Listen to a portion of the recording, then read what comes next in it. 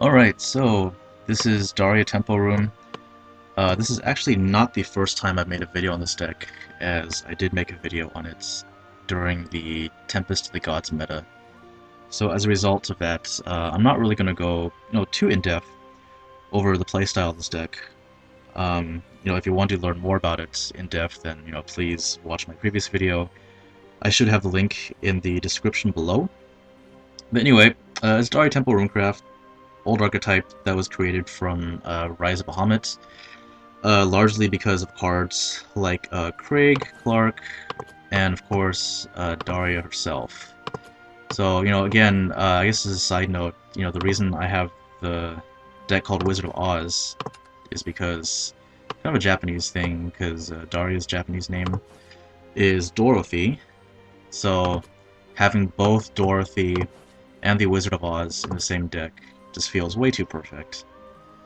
But yeah, it's an old deck, and I feel like it is much stronger in the Wonderland Dreams meta.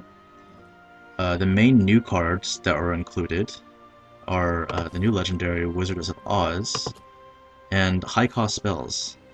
So the basic playstyle of this deck is it's kind of like an aggressive tempo deck. Compared to other aggressive decks, it's definitely one of the slower ones, because there are no 1-drops. You don't really flood the board as efficiently as, say, Face Sword or Aggro Blood. But the main idea of this deck is you have a somewhat unimpressive slow start, but then at some point, ideally around turn 4 or turn 5, you have this explosion of stats on the board, like a very big power spike, thanks to the power of cost reduction. So a lot of followers in this deck can be played for way cheaper than you expect them to be, like Ogler. 5 mana 3/4, but has cost reduction, so sometimes it can be played for way less than 5. But if this guy gets cost reduced even once, then he's a 4 cost 3/4, which is standard vanilla stats for a 4-drop. So yeah, the idea is to set up these big power spike turns where you put a bunch of stats on the board, opponent can't deal with it, and then you just overwhelm them and finish off the opponent with burn spells. This deck has a whole bunch of burn spells. And then if you start to run low on cards, then Daria allows you to refill your hand. She herself is a 9 mana 5/5, but could be played for less than that since she has cost reduction. And she also draws 5 cards and spell boost them. So one of the main issues with this deck in the past, and I guess this is more of like a personal issue because I know some people kind of like this, I didn't like it. I feel like in the past, this deck was kind of like a high roll deck, like Casino, because it was so dependent on drawing Daria early. Like, a lot of times, you didn't draw Daria, and then your deck just kind of flopped over and died. Like, you just ran out of cards, and then top deck mode, and then you just die, and your opponent stabilizes. In the newer version of the deck, I feel like it's a lot more consistent now, not as high rolly, so that, even if you don't draw Daria, the deck still does very well. So the main reason for that is because of the new legendary Wizardess of Oz, by far the best card that Runecraft got in Wonderland, and probably one of the strongest legendaries in the entire set. Basically what she does is 5 mana 4/5 evolves to a 6/7, so standard vanilla stats, but she draws cards until your hand has 5 cards, and then all spells get changed to cost 1. But then unfortunately, if she dies, then you lose all your spells, so it's like a slight downside. So the card encourages you to not play her on curve, because if you play her on curve and then she dies, then you lose all your spells for nothing. But you're encouraged to hold on to her until you have a small hand, and then you can use her to refill. So in a way, she's kind of like another copy of Daria, except she's kind of, different purpose, right? You get a cost reduction on spells, but you don't get the spell boost on followers. So effectively, we're running 5 copies of a girl who can refill her hand. So one of the other consequences of running Wizardess of Oz has great synergy with expensive spells. So because of that, we are now encouraged to run expensive spells. One of the bad things about earlier Daria was Dance of Death. Dance of Death is kind of a clunky spell, right? Costs 5, removes 1 thing. Really expensive. In the past, we ran it, but we weren't happy to run it. We just had to run it because you need single target removal in case opponent plays a big dude or a big ward. But now Dance of Death is great because it can get cost reduction through Wizardess of Oz. And also because of that, we can drop cards like Angelic Snipe. Angelic Snipe was run in the older version of Daria. Now it's cut, because, you know, it never really did much. It only saw play before because it's a 1-cost spell, which is great synergy with your spellboost followers. But now, because of Wizardess, we can run both Dance of Death and Mutagenic Bolt. That gives this deck more gas against like slower mid-range and control decks. So you have more value, and you can get really big tempo swings with cost-reduced spells. So yeah, that is Daria Ozrune, aka the Wizard of Oz. Really fun deck. I definitely recommend it. I think it's pretty strong in the current meta. I think that means a lot because this is a deck that I did not like in the previous metas, especially even in ROB when it first came out. But I have a lot of fun playing it right now because it's a lot less dice rolling. In terms of matchups, I think this deck does pretty well against the field right now, especially Neutral Haven. The deck's worst matchups are Dragoncraft in general, as well as Control Blood, and Control Haven, kind of. Those two are definitely the worst matchups, Dragon and Blood. You know, even in ROB, when Daria was considered to be the best deck in the game, you know, that meta, Daria still had a bad matchup against those two, and that hasn't changed. So those two are the worst matchups, Blood, Dragon. Especially the Control Blood is running like all the anti-aggro cards, like, what was that, 3 copies of Revelation, Diabolic Drain, and the Righteous Devil. And Control Haven's also a bad matchup, but not as bad as Dragon and Blood. Sometimes you can out-tempo Haven like crazy. Even though they're clearing a board, you just keep hitting them in the face with your burn or your charge spells. Or no, sorry, not charge spells, charge minions, Blade Mage. So yeah, those 3 are the most problematic matchups, but against everything else, this deck does well against. So yeah, that is this deck in a nutshell.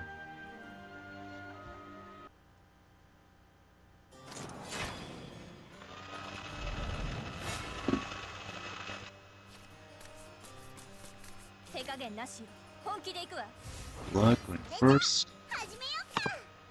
So the matchups for Blood are fairly different. If it's Control Blood, probably going to lose. If it's Vengeance, then we should have a slight edge. Since we're going first, toss out Levi and Insight, keep the Golem for turn 2 play.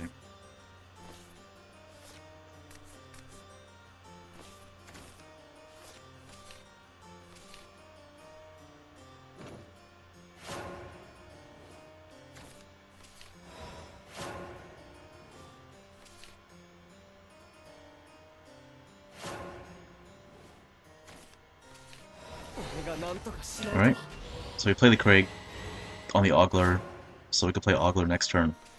We're an understated, or I'm sorry, undercosted 3-drop.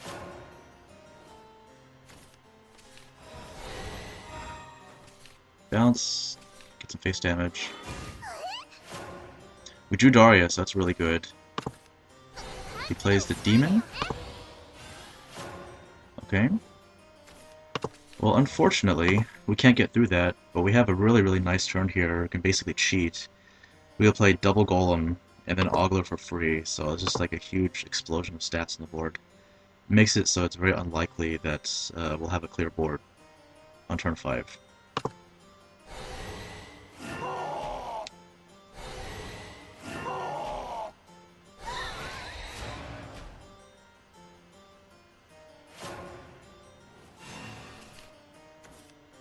Elfgord, alright. It's Vengeance.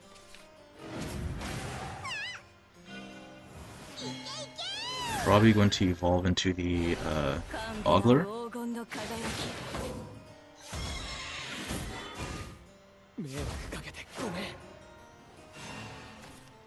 So the Vengeance matchup is pretty good because, you know, Blood, they tend to do half the work for us because Belphegor sets them 10 life. Just gotta hope they don't have that much healing. So the play this turn is pretty easy. We can clear the boards with a Levi, but we should always draw first. If we wanted to be really aggressive, we could send the Crimson Sorcery face, but the 6/3 is pretty scary, so we're just gonna clear. So draw first, then Levi evolve.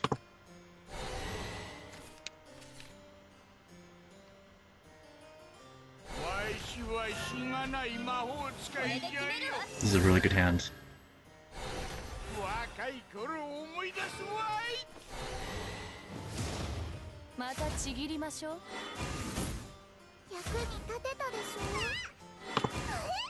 We could have technically set up lethal by Sorcery Face. That would put him at 3, and then we could evolve Blade Mage next turn for lethal, but, you know, that play loses to any kind of healing if he's running it. Oh, there we go. He has healing. Double Diabolic Rain is really lucky.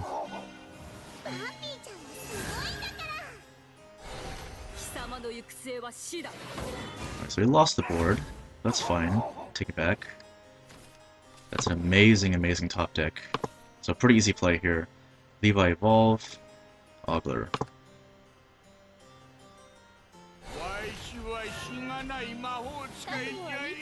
And this leaves it so that next turn we have enough mana to play the Blade Mage and Daria for more refill.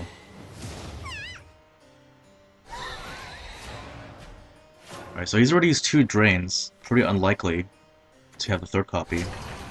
Air Jammer. No taunt. Good.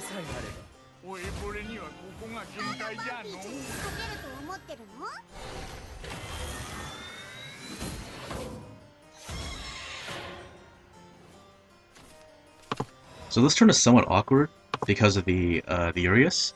If we want to minimize damage, then what we should do is just play Daria straight up.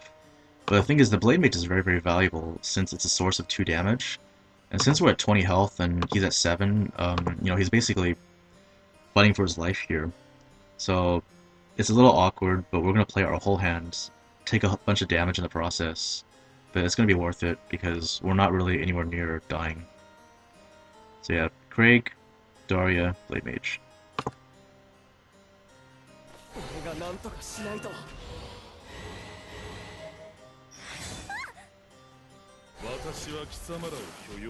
Let's see what we get. There's no way to get lethal this turn. But... oh, that's really good. So we drew into 6 damage. So we probably win. Oh wow, Revelation! Okay. So that means this is a Vengeance Blood that is teched heavily against Neutral Haven. We can't kill him since we don't have the targets for these spells, but we can at least Magic Missile Face.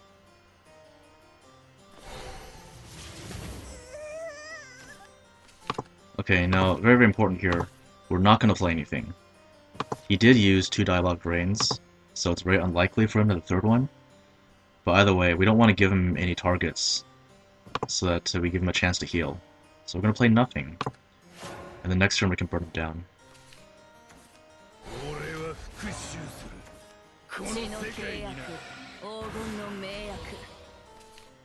Draw last. Alright, we got it.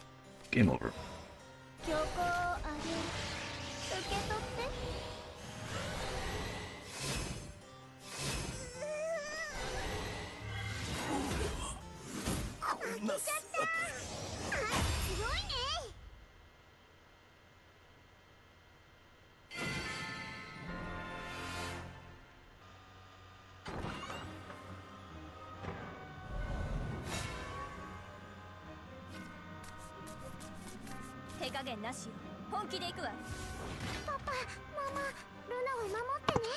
Alright, so we're going second. So because we're going second, we always keep Levi. It's also important to keep reactive cards, like Kaleidoscopic Globe. It's one of the best cards to have. Going second. And then we also have Craig for a 2-drop, if we want to play proactive instead. So we keep this whole hand.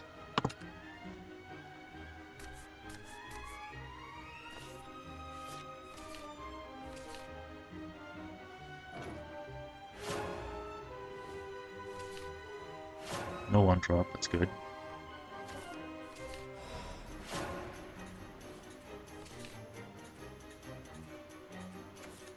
Dark Conjure. So it looks like it's going to be an aggressive shadow deck. So we have 2 choices, or actually more like 3 choices. We could play Glow, you know, for reactive play to send that back to his hand. We could play the Golem, or we could play the Craig on the Blade Mage. I think the best play actually is to play a 2-drop. It does contest his 2/2, and then if next turn, if he plays another 2-drop, then we bounce that, and we can trade and clear the board. So yeah, it's gonna be a 2-drop.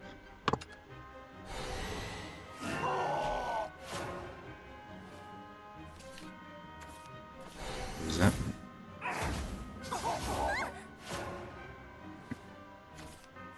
Okay, so now instead of playing another 2-drop, now we Glow to clear his board. So this way, he can't do any more damage to us. Alright. Kind of a slow hand, actually.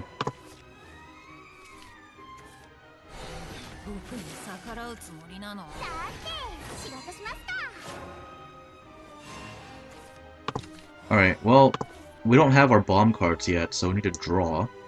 So the best play here is to Glow, and then Levi Evolve to clear. And that also allows us to draw a card. And spell boost.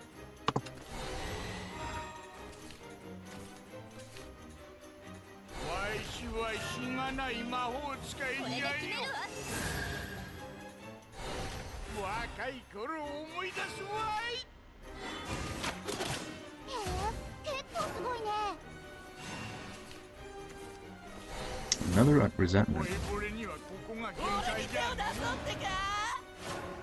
It's pretty weak play, actually. Alright, pretty easy. Just Clark, Craig on the Ogler, and then we play free Ogler. A lot of stats for only 5 mana.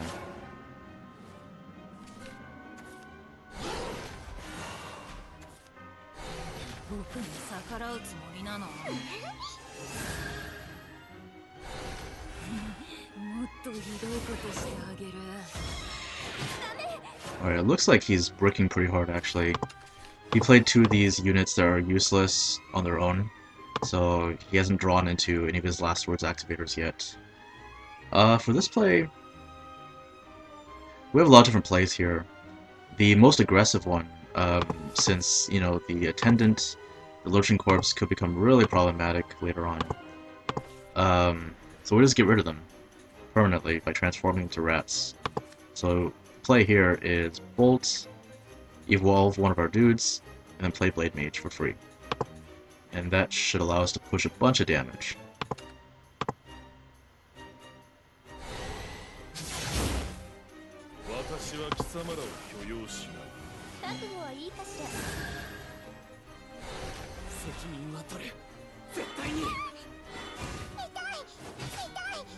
So now he's at 9 health. We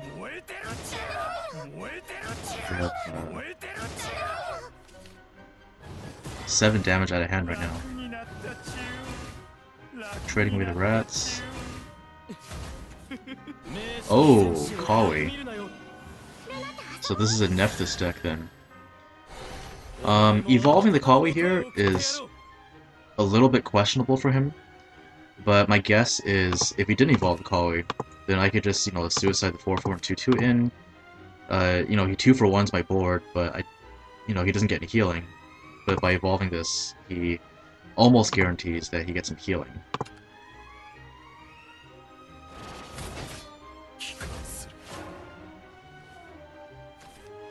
Of course, what he doesn't know is that I just top decked some burn, so now I can still kill the Kawi without giving him any source of healing. So we play the Piercing Rune. We draw first, then Piercing Rune. Then attack, then Blade Mage.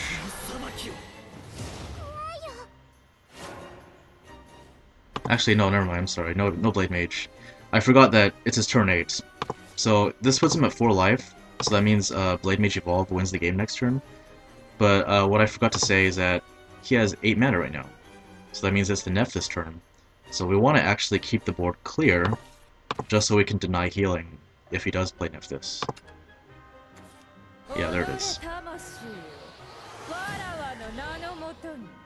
So he gets no healing, and now we have lethal with the Blade Mage.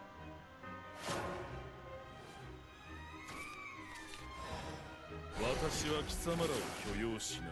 私は貴様らを許容しない。痛い。負けちゃったけど楽しかったな。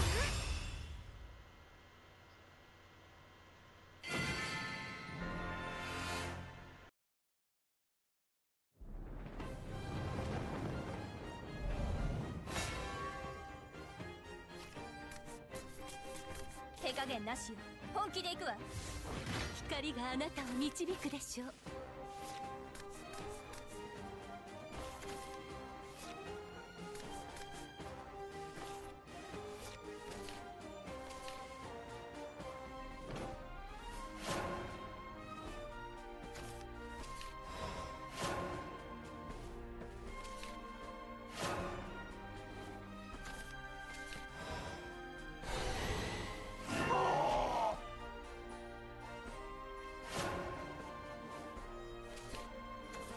私は舞台に咲く花。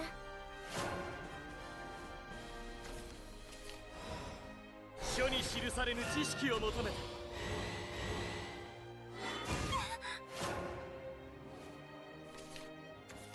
私は舞台に咲く花。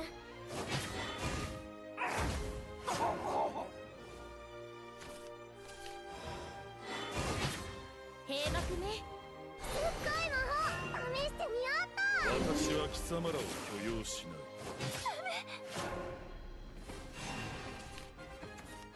俺の名はイーグルマン。これで決めます。イーグル、イーグル。帰還する。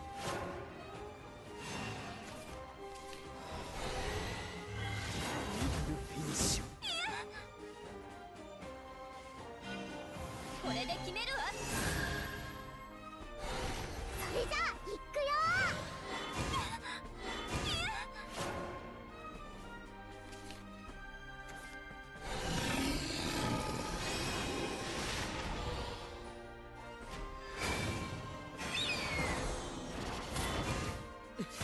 ここからです。興味深い。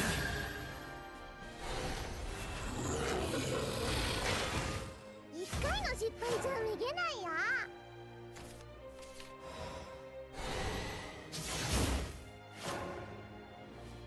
燃えてるっちゅう。燃えてるっちゅう。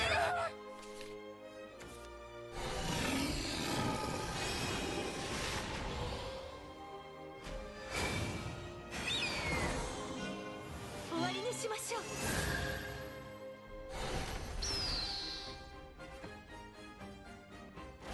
ダメダメ。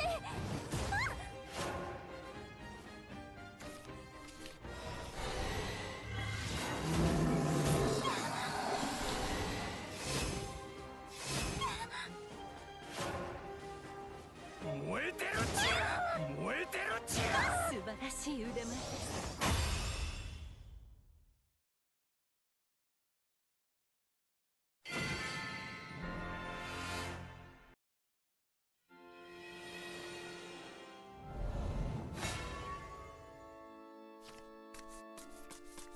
手加減なしよ。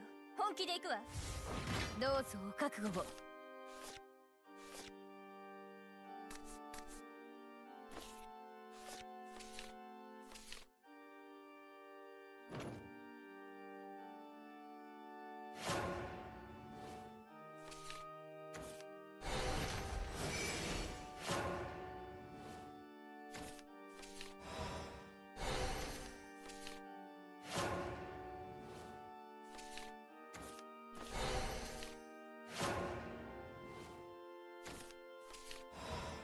俺が何とかしないと。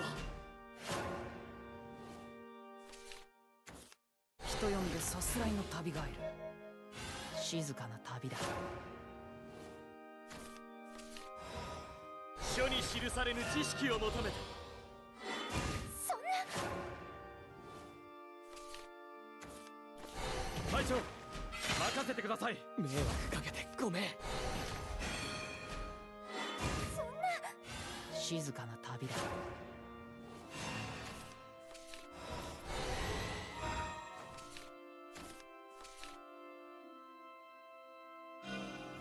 これで決めるわ。カビの生えた知識に興味などない。そんな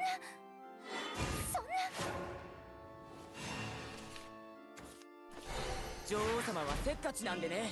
これで決めます。自分探しの旅ってやつさ。ダメ静かな旅だ。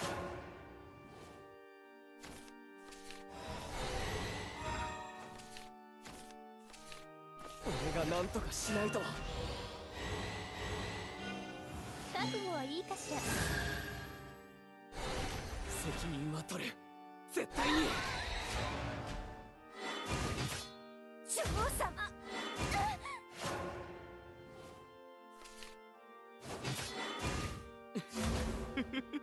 興味深い。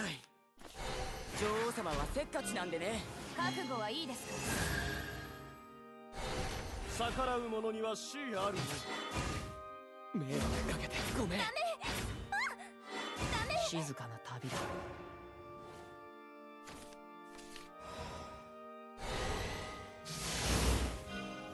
これで終わりよ。降伏します。